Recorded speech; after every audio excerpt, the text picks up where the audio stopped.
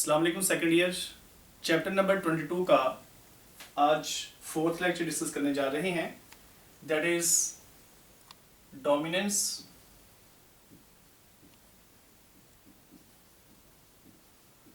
And its types. ये important long question है, dominance और इसकी टाइप्स। इसमें से कुछ शॉर्ट क्वेश्चन भी आते हैं, वो भी डिस्कस करेंगे हम कि डोमिनेंस क्या है, इसकी टाइप्स बताएं और इनमें से कौन कौन से शॉर्ट क्वेश्चन बनते हैं वो भी डिस्कस करते हैं। हमने लास्ट टाइम डिस्कस किया था कि ह्यूमन बॉडी के अंदर जो सेल्स हैं इनमें क्रोमोसोम्स पेयर की फॉर्म में एग्जिस्ट करते हैं और इन क्रोमोसोम में जो जीन्स हैं वो भी नो डाउट के पेयर की फॉर्म में एग्जिस्ट करती हैं। एक फर्ज करें जीन एक यहाँ पे है तो उसी ट्रेट को कंट्रोल करने वाली जीन दूसरे क्रोमोसोम पे उसी पोजीशन पे मौजूद होगी। क्रोमोसोम के जो पेयर्स हैं ये एक क्रोमोसोम मेल से आता है और दूसरा क्रोमोसोम फीमेल से आता है। ये बात हम पहले डिटेल से डिस्कस कर चुके हैं। और हमारे बॉडी में जितने भी करैक्टरिस्टिक्स हैं या किसी भी जानदार की बॉडी में जितने भी करैक्टरिस्टिक्स हैं उनको कंट्रोल करने के लिए जीन्स हमेशा पेयर की फॉर्म में होती हैं। मसलन अगर हम प्लांट की बात करें तो प्लांट में अगर सीड की शेप को कंट्रोल करने वाली एक जीन इधर मौजूद है तो डेफिनेटली दूसरी जीन यहाँ पे मौजूद होगी। तो एक जीन या एक अलील का दूसरी अलील के ऊपर या एक जीन का दूसरी जीन के ऊपर इफेक्ट जो कि दोनों की पोजीशन एक जैसी हो, इस रिलेशन को हम कहते हैं डोमिनेंस। तो डोमिनेंस एक्चुअली क्या है? डोमिनेंस एक्चुअली किसी जीन का या किसी अलील का दूसरी जीन या अलील के ऊपर इफेक्ट है, असर है उसके फंक्शन के ऊपर।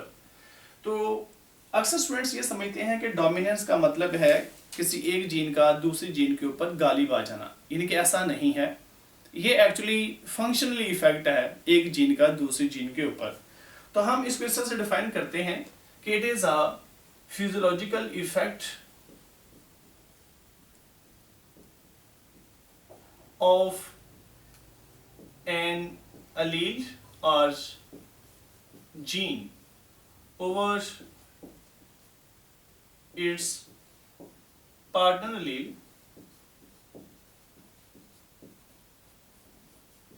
या gene on same gene locus,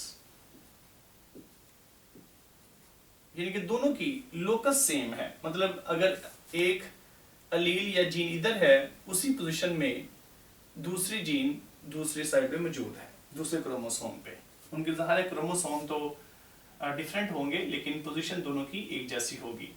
तो ऐसे रिलेशन को, ऐसे फिजियोलॉजिकल इफेक्ट को डोमिनेंस का नाम देते हैं। अच्छा, डोमिनेंस जैसी एक और टर्म भी इस्तेमाल की जाती है।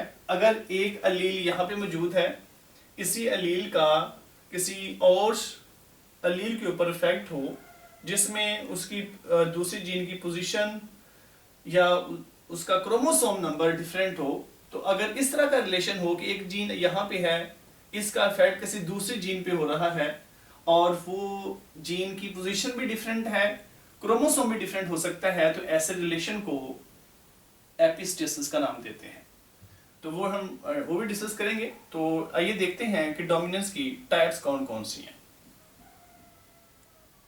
इसमें पहली टाइप जो कि इंपॉर्टेंट है और मेंडल ने जितने भी ट्रेड्स मेंशन किए थे वो इसी काइंड पे, इसी टाइप पे फॉल करते हैं, that is a complete dominance.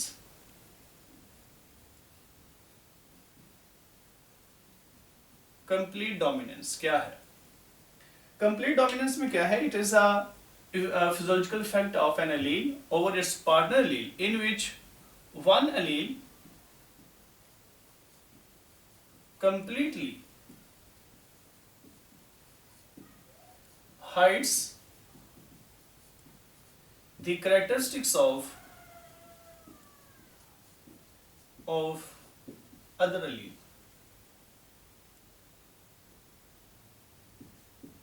एक अलील दूसरी अलील के इफेक्ट्स को मुकम्मल तौर पर उसके करैक्टर को हाइड कर देती है। ऐसे टाइप को, ऐसे करैक्टर को, ऐसे रिलेशन को हम कंप्लीट डोमिनेंस का नाम देते हैं। इसमें जो अलील दूसरे अलील के इफेक्ट को हाइड कर रही है उसको कहते हैं डोमिनेंट अलील, और जिसका करैक्टर हाइड हो रहा है उसको कहते हैं रिसेसिव अलील। और जो डोमिनेंट अलील होती है उसको कैपिटल लेटर से लिखते हैं, कैपिटलाइज्ड, और जो दूसरी अलील है उसको हम स्मॉल लेटर से ज़ाहिर करते हैं। मसलन हम मेंडल के ट्रेड को डिस्कस करते हैं, आप इसमें वैसे एग्जांपल दे सकते हैं ऑल मेंडलियन ट्रेड्स। मेंडल ने जितने भी ट्रेड्स को डिस्कवर किया था पी प्लांट में, वो सारे के सारे इसी कैटेगरी में फॉल करते हैं। मसलन हम राउंड सीड प्लांट की बात कर लेते हैं। राउंड सीड प्लांट को क्रॉस अगर हम करवाते हैं रिंकल्ड सीड प्लांट के साथ, अगर दोनों का क्रॉस करवाएं तो F1 में जो जनरेशन पैदा होती है वो डोमिनेंट कहलाती है। इसमें फर्ज करेंगे सारे के सारे राउंड सीड प्लांट प्रोड्यूस हुए हैं, तो इसका मतलब है कि राउंड सीड डोमिनेंट है।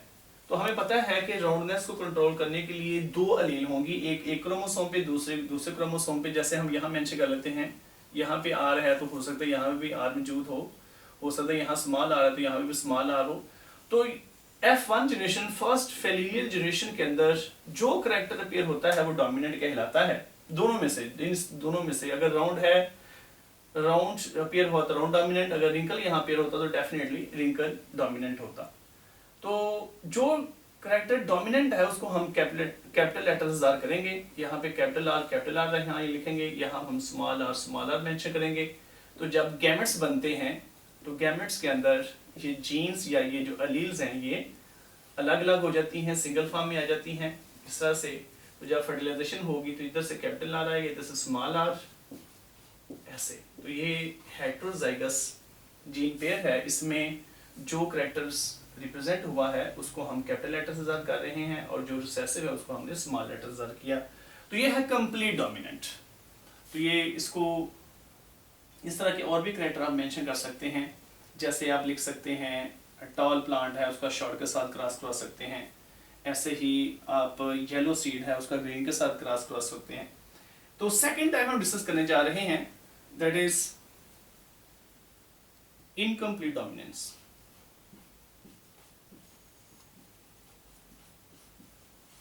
Incomplete dominance. अच्छा, incomplete dominance, it is a kind of dominance in which the phenotype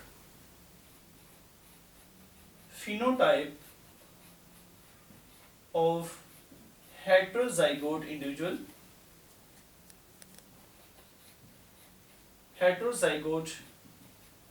individual becomes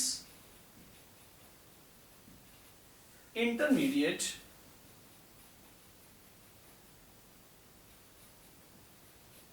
between phenotype of two homozygote.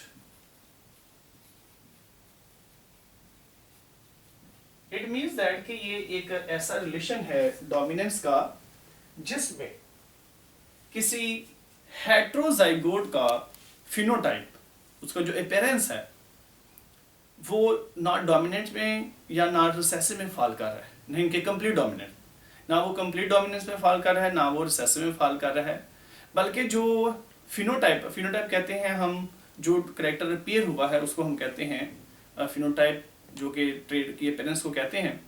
उसका जो अपीयरेंस है वो दो होमोजाइगोट के इंटरमीडिएट में फॉल कर रहा है। मसला हम एग्जांपल देते हैं, 4 o'clock एक प्लांट है, 4 o'clock, इसके दो तरह के प्लांट्स हैं, इसमें दो तरह के फ्लावर्स होते हैं।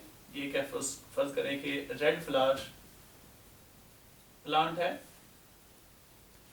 इसका क्रॉस करवा देते हैं हम वाइट फ्लावर प्लांट के साथ, इन दोनों का क्रॉस करवाते हैं। अब जब हम क्रॉस करवाते हैं तो जो न्यू ऑफस्प्रिंग बनती है, अगर तो उसमें रेड फ्लावर आ जाए तो हम कहेंगे कि रेड डोमिनेंट है, अगर व्हाइट आ जाए तो हम कहेंगे व्हाइट डोमिनेंट है। लेकिन ऐसा नहीं होता, नया कैरेक्टर आ जाता है, जो नए प्लांट बनते हैं उनके फ्लावर्स का कलर होता है पिंक फ्लावर। तो ये जो पिंक फ्लावर्स बने हैं ये दोनों कैटेगरी में फॉल नहीं कर रहे, ना रेड ना व्हाइट में, बल्कि नया कलर आ गया, तो ये इन बिटवीन आया। इस वजह से ये जो कैरेक्टर होगा ये इनकम्प्लीट डोमिनेंस में फॉल करेगा। याद रखिएगा डोमिनेंस के डिफरेंट टाइप्स हैं, ये स्पीशीज और स्पीशीज वेरी करते हैं, ये तमाम जानवरों में एक जैसे कैरेक्टर अपीयर नहीं होते, डिफरेंट जानवरों का बिहेवियर डिफरेंट होता है। लिहाजा इसमें अब कंप्लीट डोमिनेंस ये में फॉल नहीं कर रहा, लिहाजा इसका जो जीनोटाइप होगा हम डिफरेंटली शो करेंगे। मसलन आपकी बुक में उसने मेंशन किया कि रेड फ्लावर के प्लांट को आप रिप्रेजेंट कर सकते हैं R1 से, इसको आप रिप्रेजेंट कर सकते हैं R2 से, चाहे तो इसको आप W से भी जाहिर कर सकते हैं। लेकिन देखिए ये भी होमोजाइगोट है, इसके दोनों जीन्स एक जैसी हैं, ये भी होमोजाइगोट है, इसके भी जीन दोनों एक जैसे हैं। ये दोनों एक जैसे होने की वजह से हम इसको क्या कह रहे हैं, ये भी होमोजाइगोट है, ये भी होमोजाइगोट। तो यहाँ से आएगा कैपिटल R1, यहाँ से आएगा कैपिटल R2, तो यहाँ से कैपिटल R1, यहाँ से कैपिटल R2। तो अब ये जो जानवर बना है ये हमारे पास हेटेरोजाइगोट है, तो इसका जो फिनोटाइप है वो इन दोनों के इन बिटवीन आ गया है, लिहाजा इसको हम कहेंगे ये इनकम्प्लीट डोमिनेंस है। ये कंफर्म करने के लिए कि क्या ये कोई म्यूटेशन की वजह से तो प्रोड्यूस नहीं हुआ, तो ये क्या इससे हम पेरेंटल कॉम्बिनेशन निकाल सकते हैं। तो इसी पिंक फ्लावर का हम अगर क्रॉस करवा देते हैं पिंक के साथ ही, अगर इन दोनों का क्रॉस करवा दिया जाए, यहाँ से कैपिटल R1 ले लिया जाए, यहाँ से कैपिटल R2, यहाँ से कैपिटल R1, यहाँ से कैपिटल R2, तो जब हम इनका क्रॉस करवाते हैं तो ये R इसके साथ मिलने के चांसेस हैं, तो ये बन जाएगा कैपिटल R1, इसका अगर इसके साथ क्रॉस करवा दिया जाए तो ये बन जाएगा कैपिटल R1, कैपिटल R2, और फिर ये इस R2 के दोनों के साथ मिलने के चांसेस हैं, अगर ये इसके साथ मिले तो यहाँ आ जाएगा कैपिटल R1, कैपिटल R2, फिर अगर ये R2 और ये R2 मिल जाए तो ये इस तरह से बन जाएगा। तो ये होगा रेड फ्लावर, ये पिंक, ये भी पिंक और ये भी रेड। तो इसका मतलब ये है कि पेरेंटल कॉम्बिनेशन यहाँ पे प्रोड्यूस हो गए हैं, लिहाजा ये म्यूटेशन कैरेक्टर नहीं है, इससे हम पेरेंटल कॉम्बिनेशन भी निकाल रहे हैं। तो ये इस वजह से आप F2 जनरेशन निकाल के ये मेंशन कर सकते हैं कि एक्चुअली ये एक इनकम्प्लीट डोमिनेंस का कैरेक्टर है, ना कि एक म्यूटेशनल कैरेक्टर है। तो यहाँ पे हमने ये दो जो इसकी टिपिकल एग्जांपल हैं वो डिस्कस की हैं। तो नेक्स्ट लेक्चर में भी इंशाल्लाह हम इसकी जो रिमेनिंग 2 टाइप्स हैं वो भी डिस्कस करेंगे। तो अपना बहुत ख्याल रखें, इंशाल्लाह ताला नेक्स्ट लेक्चर में मिलते हैं। अल्लाह हाफिज़।